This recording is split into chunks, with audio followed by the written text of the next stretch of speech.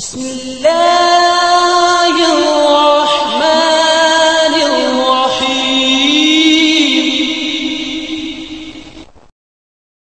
لله نحمده ونستعينه ونستغفره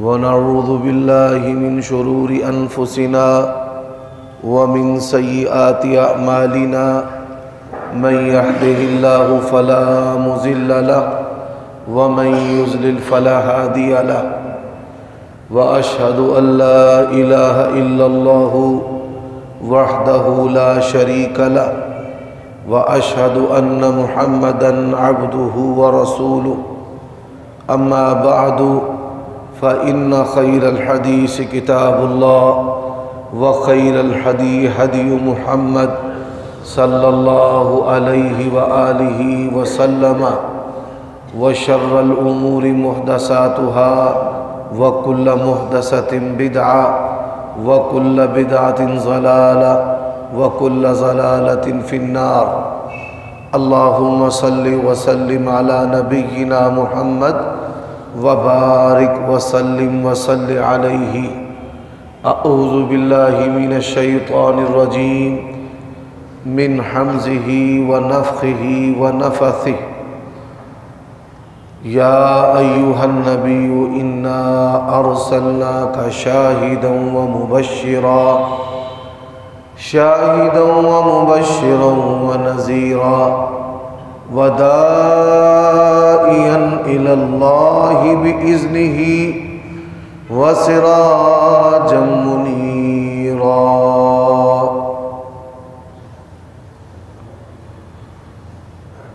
عیوب اور نقائص سے پاکیزہ تمام قسم کی حمد و ثنا اللہ وحدہ لا شریک لہ کے لیے، اور درود و سلام شفیع للمذنبین خاتم النبیین رسول کریم رؤوف الرحیم صلی اللہ علیہ وآلہ وسلم کی ذات اقدس پر۔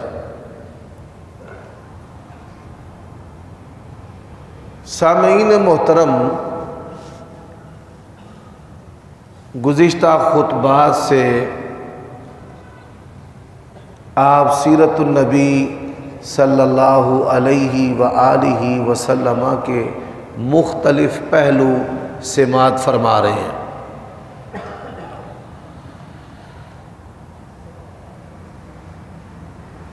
پہلی بات کہ نبی و رسول کا انتخاب اللہ تعالیٰ کرتا ہے،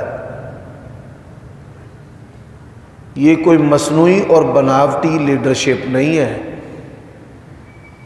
بلکہ آپ صلی اللہ علیہ وآلہ وسلم کے نام، اوصاف، صحابہ کرام اور شہروں کے نام ہزاروں سالوں پہلے اترنے والی جو آسمانی کتابیں ہیں ان کے اندر موجود ہیں۔ دوسری بات، آپ صلی اللہ علیہ وآلہ وسلم کی نبوت و رسالت یونیورسل، آفاقی، عالمگیر، پوری روئے زمین کے لیے ہے۔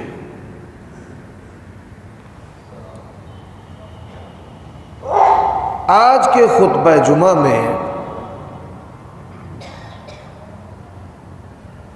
تیسری بات نبی علیہ السلام کے حوالے سے ذکر کی جائے گی۔ اللہ تبارک و تعالی نے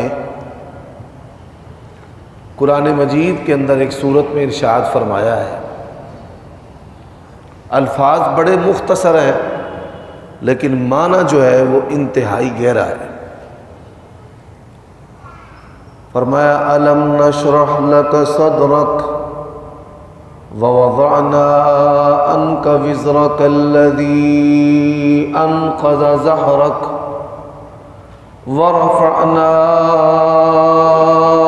لَكَ ذِكْرَكَ۔ آج کے خطبہ جمعہ میں وَرَفَعْنَا لَكَ ذِكْرَكَ، اس کی تفسیر میں اللہ تعالیٰ کی توفیق اور رحمت سے میں چند باتیں عرض کروں گا۔ سب سے پہلے اس کا معنی سمجھیں۔ وَرَفَعْنَا لَكَ ذِكْرَكَ کا معنی یہ ہے کہ ہم نے آپ کے ذکر کو بلند کر دیا ہے۔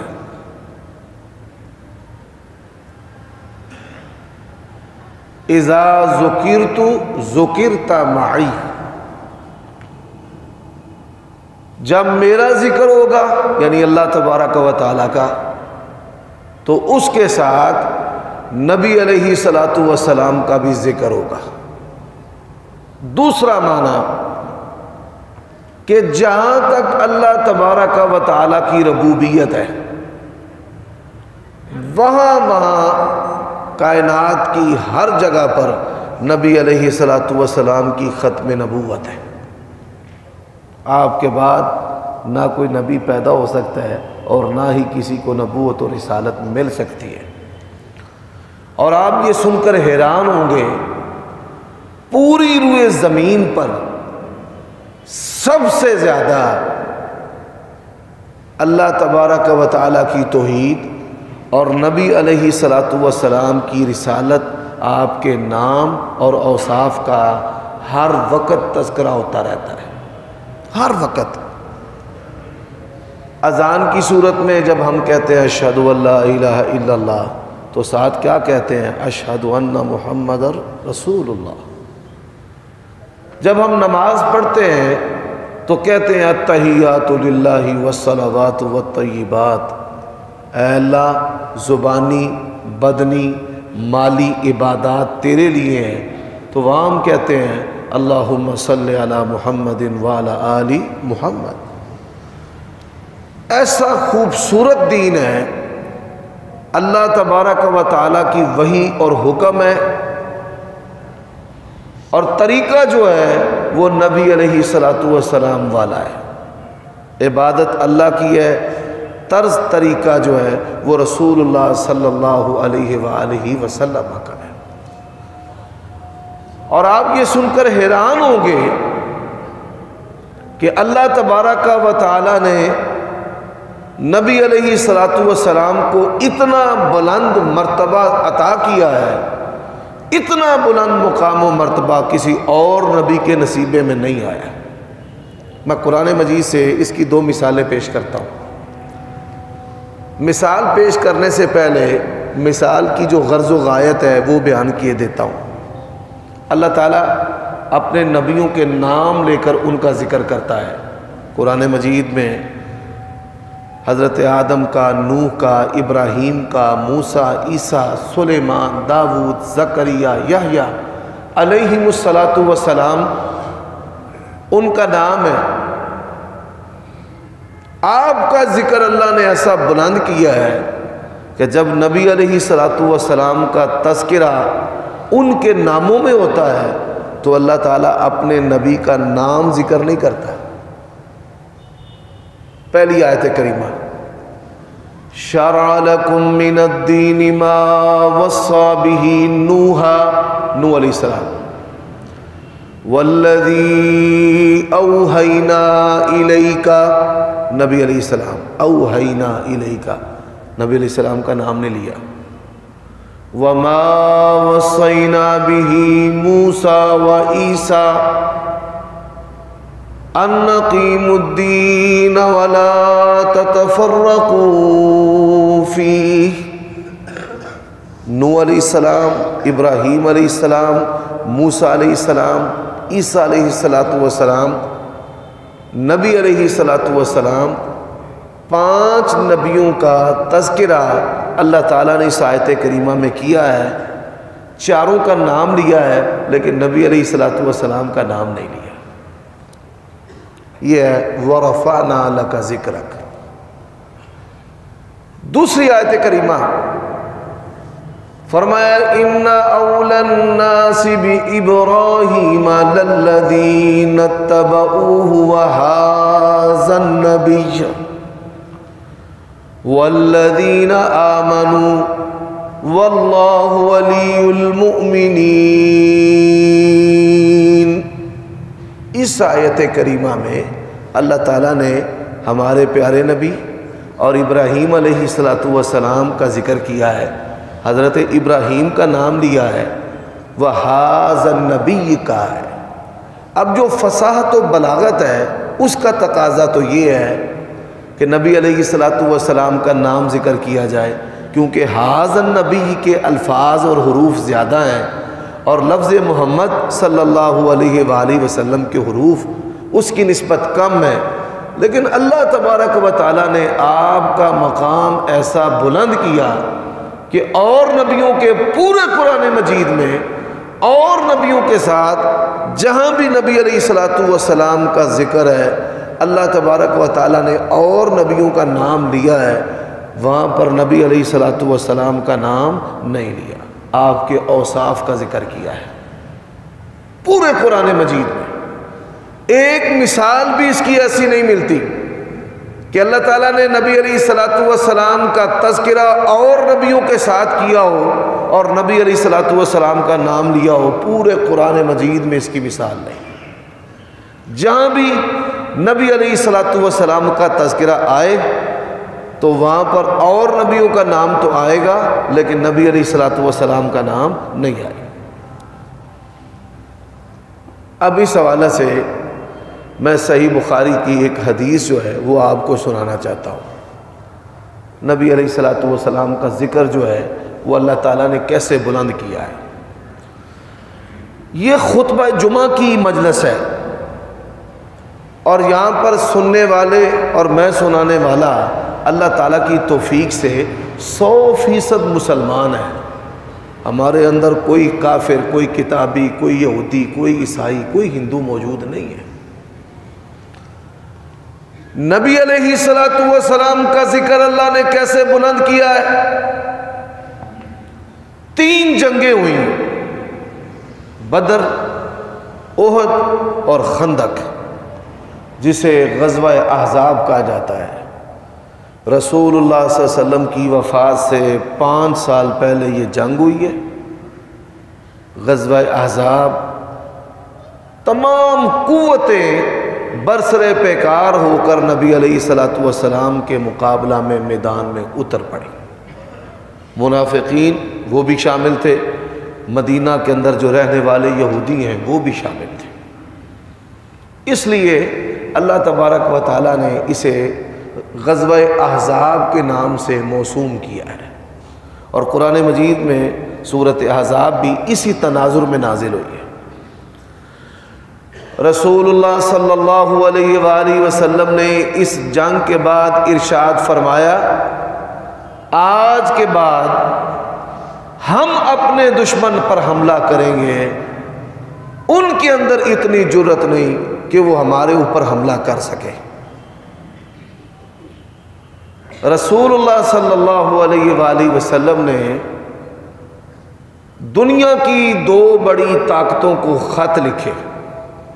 ایک خط لکھا ایران کے بادشاہ کو، اس کی بد نصیبی اور محرومی،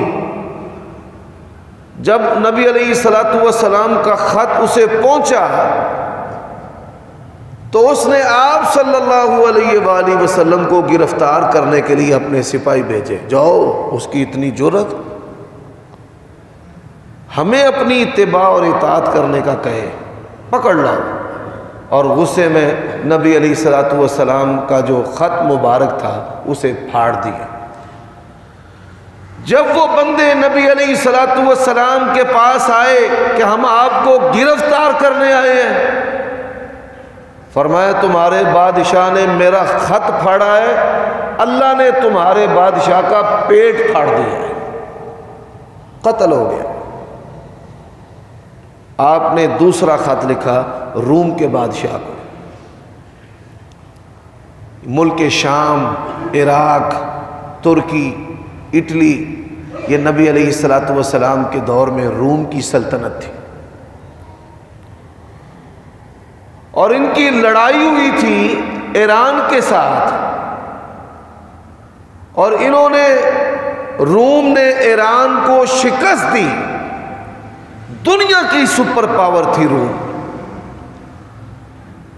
نبی علیہ السلام کا خط مبارک جو ہے وہ روم کے بادشاہ کو گیا۔ اب خط کیا ہے؟ یقین جانیے بڑا پرہیبت خط ہے، سنیے، آپ سن کر حیران ہوں گے۔ من محمد رسول اللہ صلی اللہ علیہ وسلم الی عظیم الروم، محمد رسول اللہ صلی اللہ علیہ وسلم کی طرف سے روم کے سب سے بڑے بادشاہ کے نام۔ السلام علی من اتبع الہدی، جو بندہ بھی ہدایت کی پیروی کرے اس پر اللہ تعالیٰ کی سلامتی نازل ہو۔ اسلم تسلم یؤتیک اللہ اجرک مرتین، اسلام قبول کر لے بچ جائے گا اور اللہ تبارک و تعالیٰ تجھے دوہرا اجر عطا کرے گا، اپنے اسلام کا بھی اور جو تیرے پیچھے لگ کر مسلمان ہوں گے ان کا بھی۔ اور پھر آیت کریمہ قرآن کی لکھوائی، یا اہل الکتاب تعالوا الی کلمۃ سواء بیننا وبینکم الا نعبد الا اللہ۔ جب اس نے خط سنا نبی علیہ الصلوۃ والسلام کا، بادشاہ لرز گیا، اس پر ہیبت طاری ہو گئی، ڈر، خوف۔ اس کا دربار افراد سے بھرا ہوا ہے، سینکڑوں بندے، وزیر، مشیر، دانا، عوامی نمائندے، چوکیدار، خادم۔ اس نے اپنے خاص کرندوں سے کہا کہ پتہ کرو ہمارے ملک میں، سلطنت میں عرب کا کوئی باشندہ ہے؟ اب اللہ تعالیٰ نے نبی علیہ الصلوۃ والسلام کے ذکر کو کیسے بلند کیا ہے۔ ابرہ جو ہے وہ بیت اللہ کو ڈھانے کے لیے آیا، اللہ تبارک و تعالیٰ نے ہاتھیوں کے مقابلے میں الم تر کیف فعل ربک باصحاب الفیل، اپنے لشکر کو بھیجا،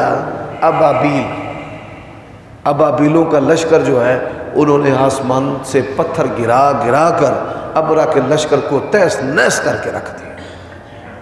یہ اس کی قدرت ہے کہ وہ کمزوروں کے ہاتھوں سے طاقتوروں کو مروا دیتا ہے۔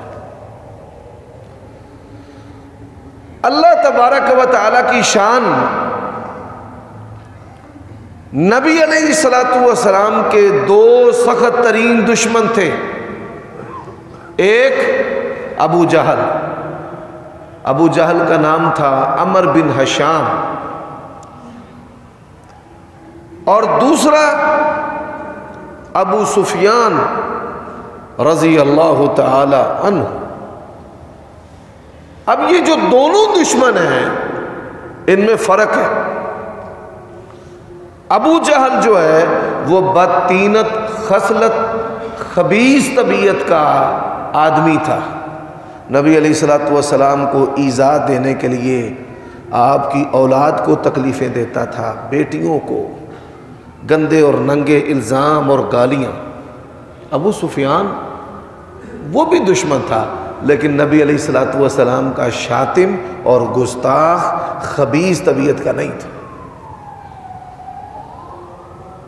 نبی علیہ السلام کا خط گیا، اللہ تبارک و تعالی نے ابو سفیان کو تجارتی قافلے کی صورت میں مکہ سے روم بھیج دیا۔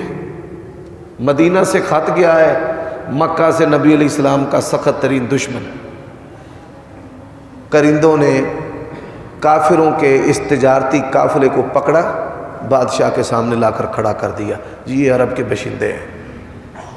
اس نے کہا تم میں سے کوئی محمد صلی اللہ علیہ وآلہ وسلم کو جانتا ہے؟ ابو سفیان جو ہے اس نے کہا جی ہاں میں جانتا ہوں، مجھے پتا ہے۔ کہا تم میں سے اس کا کوئی رشتہ دار بھی ہے؟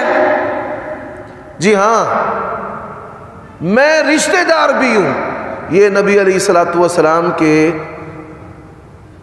پردادا سے بھائی لگتے تھے، اتے پردادا ایک کے، اور یہ نبی علیہ الصلوۃ والسلام کے رشتے میں بھائی تھے۔ اس نے کہا جی میں رشتہ دار ہوں، کہا اس کو آگے کرو۔ 100% کافر ہے، ایک بندہ بھی مسلمان نہیں ہے۔ اب یہ دیکھیں آپس میں گفتگو کیسے کرنے لگے ہیں۔ وَرَفَعْنَا لَكَ ذِكْرَكَ، اللہ نے نبی کے ذکر کو کیسے بلند کیا ہے۔ اس نے کہا میں چند سوال کرنے والا ہوں، سچ سچ جواب دینا۔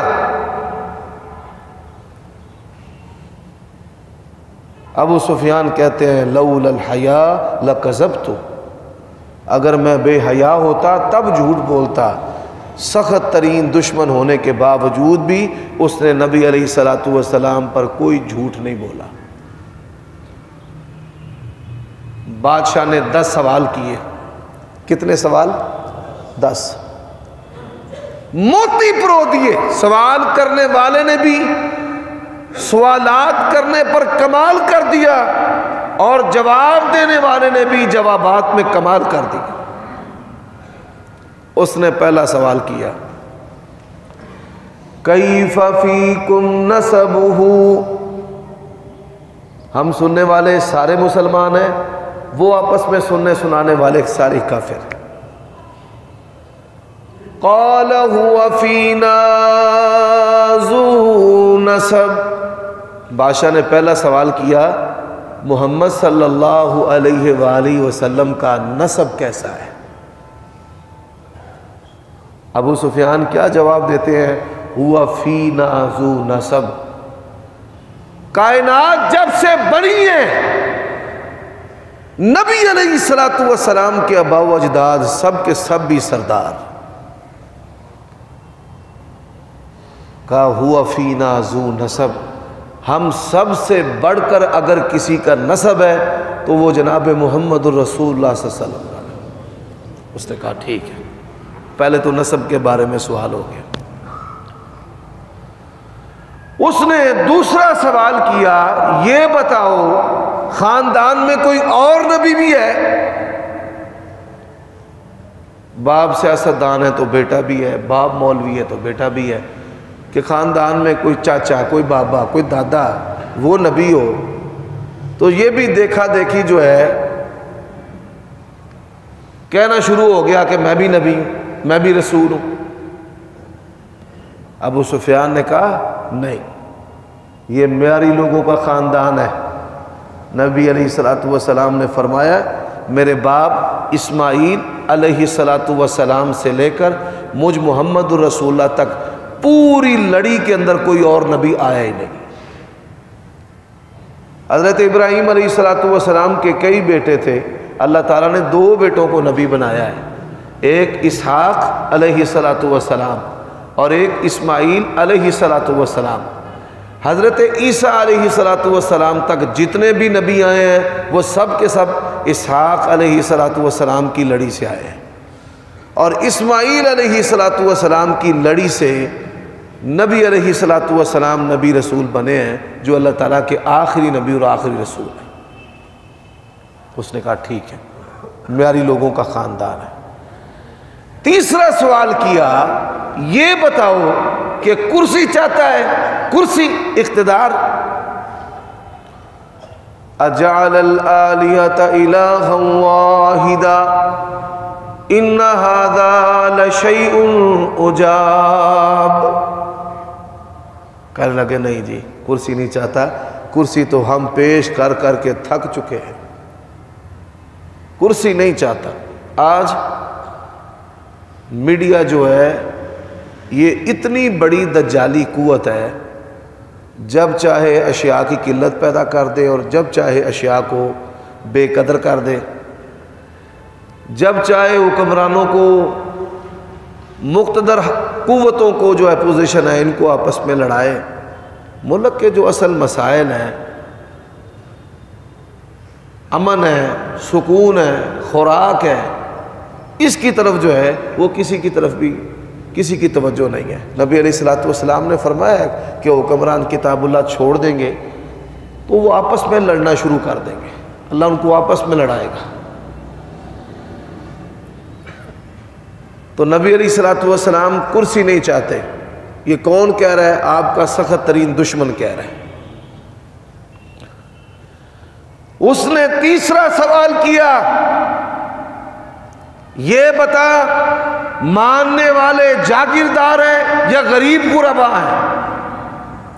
آپ دیکھیں مالدار جو لوگ ہیں وہ اپنی ہمدردیاں بدلتے رہتے ہیں، کبھی کسی پارٹی کے ساتھ، کبھی کسی کے ساتھ، کبھی کسی کے ساتھ، کبھی کسی کے ساتھ، کہ مفادات کے لیے آپ کو نبی رسول ماننا ہے۔ اس نے کہا نہیں، ماننے والے جو ہیں وہ غریب غربا زیادہ ہیں، امیر لوگ تھوڑے ہیں۔ اس نے کہا ٹھیک ہے۔ اس نے پانچواں سوال کیا کہ ماننے والوں کی تعداد زیادہ ہو رہی ہے یا کم ہو رہی ہے؟ غریب غربا ہیں۔ ہماری پنجابی زبان میں ایک مشہور مثال دی جاتی ہے کہ کسی چیلے نے اپنے پیر سے کہا، پیر صاحب چیلے بڑے ہو گئے نے، ود گئے نے، انہیں آخیا آپ ہی بھوکے مرن گے تے نس جان گے۔ ہم عموماً یہ مثال دیتے ہیں۔ جب غریب غربا زیادہ ہیں تو ظاہری بات یہ ہے کہ تعداد کم ہونی چاہیے، دن بدن کم ہونے چاہیے۔ صحابہ کرام کا کمال دیکھیے کہ انہوں نے دنیاوی مفاد کے بغیر نبی علیہ الصلوۃ والسلام کو ماننا ہے اور آپ پر اپنا خون قربان کر دیا۔ انہوں نے کہا جی نہیں، ماننے والے غریب غربا زیادہ ہے۔ اس نے پھر چھٹا سوال کیا، اچھا زیادہ ہو رہے ہیں، غریب ہونے کے باوجود بھی دن بدن بڑھتے جا رہے ہیں؟ جی ہاں۔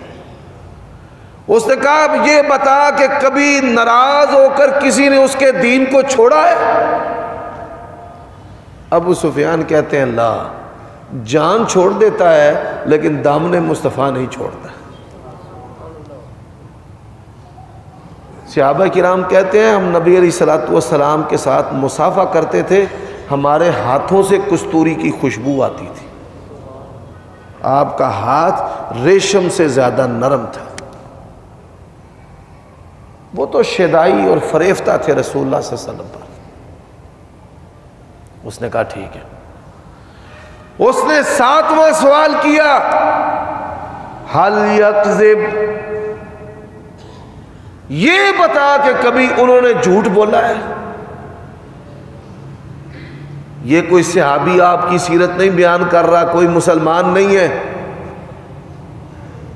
اس نے جواب دیا لا، سخت ترین دشمن ہونے کے باوجود اس نے کہا کہ نہیں، نبی علیہ الصلوۃ والسلام نے کبھی جھوٹ نہیں بولا۔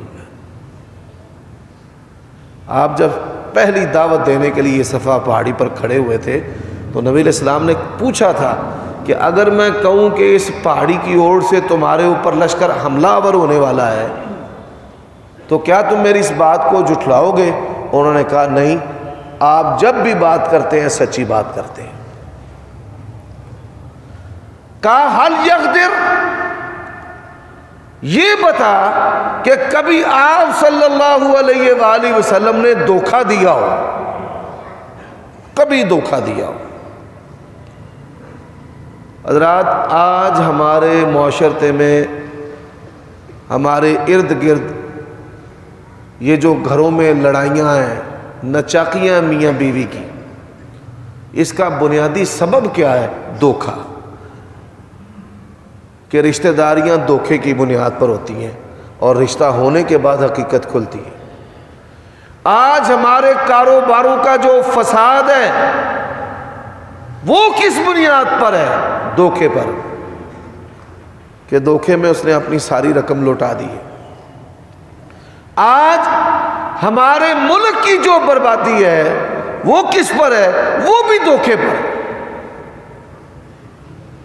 کہ حکومت میں آنے سے پہلے اور باتیں کرتے ہیں، حکومت میں آ کر اور باتیں کرتے ہیں۔ آج ہماری جو دینی قوتیں ہیں وہ بھی دھوکہ دیتی ہیں، کہتی کچھ ہیں اور کرتی کچھ ہیں۔ امت کی تباہی پھیر دی ہے انہوں نے۔ وہ بادشاہ تھا، اس کی بڑی سوچ تھی، اس نے کہا یہ بتا کہ کبھی نبی علیہ السلام نے دھوکہ دیا ہو؟ ابو سفیان کہتے ہیں لا، نبی علیہ السلام نے ساری زندگی کبھی دھوکہ نہیں دیا۔ مثال کہ نبی علیہ السلام نے لوگوں کو کہا ہو مجھے نبی مان لو، تمہیں مال ملے گا، دولت ملے گی، دودھ شہر کی نہریں جو ہیں وہ بہا دوں گا۔ کئی لوگ نبی علیہ السلام کے پاس آتے تھے تو آپ صلی اللہ علیہ وآلہ وسلم مختصر الفاظ میں آپ کی ترجمانی کرتا ہوں، ان کو کہتے تھے کہ یہ مشکل کام ہے، ابھی چلا جا۔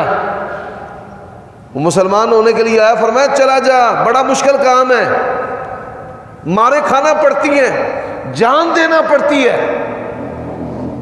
رسول اللہ صلی اللہ علیہ وسلم اپنے ماننے والوں کو یہ کہتے تھے، اور ماننے والے بھی با کمال لوگ تھے۔ انہوں نے کہا کہ آپ کی محبت میں خون بھی جائے، جان بھی جائے، مال بھی جائے، ہمیں کسی چیز کی پرواہ ہی نہیں۔ ہماری حیات، جیسے میں نے گزشتہ خطبہ جمعہ میں کہا تھا کہ جس طرح دنیا کے سورج کے ساتھ زندگی ہے، حیات ہے، اسی طرح ایمان کی حیات محمد الرسول اللہ صلی اللہ علیہ وسلم ان کے ساتھ ہے جو نبوت اور رسالت کے سورج ہے۔ اس نے کہا اچھا، 8 سوال ہو گئے، 9واں سوال کہنے لگا کبھی جنگیں بھی ہوئی ہیں؟ جی ہاں، جنگیں بھی ہوئی ہیں، تو کبھی ہم جیت جاتے ہیں، کبھی وہ جیت جاتے ہیں۔ آپ کو پتہ ہے جب تک آزمائش، تنگی، مصیبت، بیماری، اگر یہ چیزیں انسانوں پر نہ آئیں، انسان سے بد دماغ کوئی نہیں ہے۔ اگر یہ چیزیں اس پر نہ آئیں، یہ اپنے آپ کو رب سمجھنے لگ پڑتا ہے کہ میں رب ہوں، نعوذ باللہ۔ اللہ کی مخلوق کو، شریعت کو، رشتوں کو بے توقیر کر دیتا ہے، حقیر سمجھتا ہے۔ بیماری آتی ہے، بندہ جو ہے وہ اللہ کے سامنے بے بس۔ آزمائش آتی ہے، اللہ اللہ کرنا شروع کر دیتا ہے۔ اور پھر میں نے دیکھا ہے کہ جب آزمائش آتی ہے، جو لوگ کہتے ہیں مینوں کسی دی پرواہ نہیں، آپ نے یہ جملہ سنا ہوگا، کئی لوگ ہیں جنہوں نے کہا بھی ہوگا، پھر جب رب پکڑتا ہے نا تو کہتے ہیں تو بھی دعا کرنا، اسے ملتے ہیں کہتے ہیں تو بھی دعا کرنا، اسے کہتے ہیں یار تو بھی کہنا، یار تو بھی سفارش کرنا، تو بھی کہنا۔ حضرات یہ اللہ اس کی تربیت کر رہے ہیں، اسے بتا رہے ہیں کہ یہ جو تو کہتا تھا کہ مجھے کسی کی پرواہ نہیں ہے، تجھے اللہ پاک نے ایسے پکڑ لیا ہے کہ اب ہر چیز کی تجھے پرواہ ہونا شروع ہو گئی ہے، چھوٹے کی بھی بڑے کی بھی۔ تو اس نے کہا جنگیں ہوئی ہیں؟ ہاں جی ہوئی ہیں۔ صحابہ کرام وہ عظیم لوگ ہیں جنہوں نے ماریں کھا کر بھی اللہ کے نبی کا ساتھ دیا ہے، بیٹے قربان کر کے بھی اللہ کے نبی کا ساتھ دیا ہے، باپ رشتے گوا کر بھی اللہ کے نبی کا ساتھ دیا ہے۔ کئی لوگ ہیں نا پیچھے ہٹ جاتے ہیں، پتر مروایا کی لبا سانو، مذہبی جماعتوں کو چھوڑ دیتے ہیں، ساڈا پتر مروا دیتا ہے، سیاسی جماعتوں کو چھوڑ دیتے ہیں، ہمیں کیا ملا ہے؟ دنیا میں صرف یہ نبی علیہ السلام کا کمال ہے کہ انہوں نے سارا کچھ گوا کر بھی اللہ کے نبی کو چھوڑا نہیں چھوڑا۔ اچھا، اس نے کہا ماذا یقول، یہ بتا ان کی دعوت کیا ہے؟ گلگت بلتستان میں الیکشن ہو رہے ہیں اور ایسے جیسے پاکستان کے اندر ہی انڈیا پاکستان کی لڑائی ہے، یہ اقتدار کی لڑائی ہے، پاکستان کی لڑائی نہیں ہے، بڑی معذرت کے ساتھ۔ میرے بھائیوں دوستو، نبی علیہ السلام اس نے کہا دعوت کیا ہے؟ کہ وہ کہتا ہے مجھے بادشاہ مان لو، مجھے حاکم مان لو۔ اس نے کہا جی دعوت، ان کی دعوت ہے اعبدوا اللہ وحدہ ولا تشرکوا بہ شیئا، ایک اللہ کی بندگی کرو اور اللہ کے ساتھ کسی کو شریک نہ ٹھہراؤ۔ 99% مسلمانوں کا ملک ہے اور مسلمان کیا کہتے ہیں؟ ہمارے اوپر اسلام نافذ کرو۔ کوئی قوم جو اکثریت میں ہو اور اپنے اوپر خیر اور اسلام نافذ کرنے کی بات کرے تو یہ سمجھ لیں ان کے اندر خیر نہیں، ان کے زیادہ لوگوں میں شر ہے اور نفاق ہے، منافقت ہے۔ ہر بندہ جب اسلام پر عمل کرنا شروع کر دے گا تو اس مطالبے کی ضرورت باقی نہیں رہے گی کہ ہر بندہ جو ہے وہ یہ کہے کہ میں نے اسلام پر چلنا ہے۔ حضرات، وَلَا تَفْعَلُوا مَا يَقُولُ آبَاؤُكُمْ، اسلام کے خلاف جو بات بھی تمہارے بڑے کہتے ہیں وہ نہیں کرنی۔ وَيَأْمُرُنَا بِالصِّدْقِ، آپ ہمیں حکم دیتے ہیں سچائی کا، وَالصَّلَاةِ، نماز کا، وَالصِّلَةِ، رشتوں کو جوڑنے کا۔ کس کو جوڑنے کا؟ کافروں سے رشتہ داریاں رکھنے کا۔ نبی علیہ السلام کہتے ہیں ہم کیسے اہل حدیث اور اہل سنت ہیں، ہم مسلمانوں سے رشتہ داریاں توڑ دیتے ہیں۔ چلو قصہ ختم۔ وَيَعْمُرُنَا بِالصِّدْقِ وَالصَّلَاةِ وَالصِّلَةِ وَالْعَفَافِ، آپ ہمیں حکم دیتے ہیں سچائی کو اختیار کرنے کا، آپ ہمیں حکم دیتے ہیں نمازیں پڑھنے کا، آپ ہمیں حکم دیتے ہیں رشتوں کو جوڑنے کا، آپ ہمیں حکم دیتے ہیں کہ پاک دامنی کو اختیار کرو اور زنا اور بدکاری کے قریب نہ جاؤ۔ حضرات، اللہ کی قسم ہے، خط پر جو ہیبت طاری ہوئی تھی وہ تو ہوئی، جب بادشاہ نے ابو سفیان کی زبان سے یہ 10 باتیں سنی نا تو پھر اس نے کیا کہا؟ اس نے سارے دربار کو مخاطب کیا، ابو سفیان اور اس کے ساتھیوں کو مخاطب کیا، کہا یوں سمجھ لے جیسے امریکہ کا صدر ہے جو بائیڈن، سپر پاور، ایسے ہی وہ اس دور کا حاکم تھا۔ اس نے کہا سن، وہ ایسی عظیم ہستی اور شخصیت ہے، اللہ تبارک و تعالی مجھے اگر سبیل رستہ دے، ان کے پاس جانے کا موقع دے، میں جا کر کے نا ان کے تسمے باندھوں اور ان کی جوتیاں ان کے سامنے سیدھی کروں۔ اتنی بڑی شخصیت ہے وہ۔ اور یہ بھی سنو، آج جس جگہ پر میں کھڑا حاکم ہوں، ان قریب وہ اس جگہ کا بادشاہ ہوگا، ان قریب۔ اللہ اکبر۔ یہ ہے الم نشرح لک صدرک ووضعنا عنک وزرک الذی انقض ظہرک ورفعنا لک ذکرک۔ اللہ نے نبی کا تذکرہ 100% کافروں میں کیسے کروایا کہ سب پر ہیبت طاری ہوئی۔ ابو سفیان کہتے ہیں جب ہم دربار سے باہر نکلے تو میں نے اپنے ساتھیوں سے کہا کہ محمد الرسول اللہ صلی اللہ علیہ وسلم اب دنیا پر غالب آ گئے ہیں، ان کا نام اور ان کی دعوت جو ہے وہ چھا گئی ہے۔ تو میرے بھائیوں، اللہ تعالی ہمیں اپنے نبی سے سچی اور عملی محبت کرنے کی توفیق عطا فرمائے۔ وآخر دعوانا الحمد للہ۔